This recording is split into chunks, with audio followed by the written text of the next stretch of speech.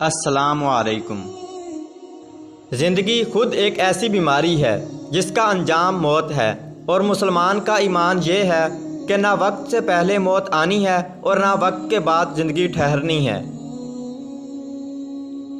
جھوٹی دنیا میں ووٹ مانگنے والا سچا آدمی ناکام ہو جائے گا، اور برے آدمی کو ووٹ دینے والا بھی برائی میں برابر کا شریک ہوتا ہے۔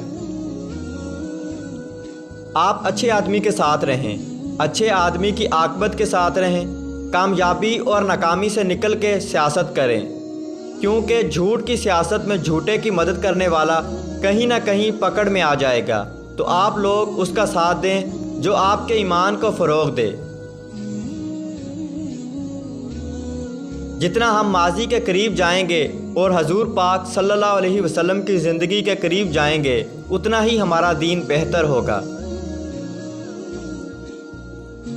جو چیز آپ کے پاس سب سے اچھی ہے، مثلا علم، عمل، صحت، جوانی یا کوئی اور چیز، اس کو اللہ کی راہ میں لگا دو۔ اس طرح آپ کی ساری زندگی سب سے اچھی ہو جائے گی۔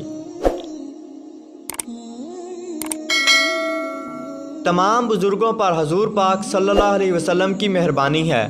جن بزرگوں کے مزار پر گنبد ہو، وہاں بحث کیے بغیر جایا کرو اور سلام پیش کیا کرو۔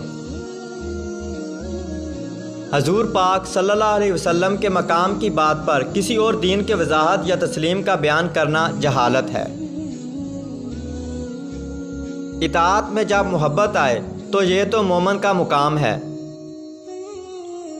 مومن کا دل اللہ کا گھر ہے، اس کی آنکھ کا کرب ہے۔ اگر انسان متقی نہ ہو تو قرآن ہدایت نہیں دے سکتا، کیونکہ اللہ کا کلام اس آدمی پر اثر نہیں کرتا جو متقی نہ ہو۔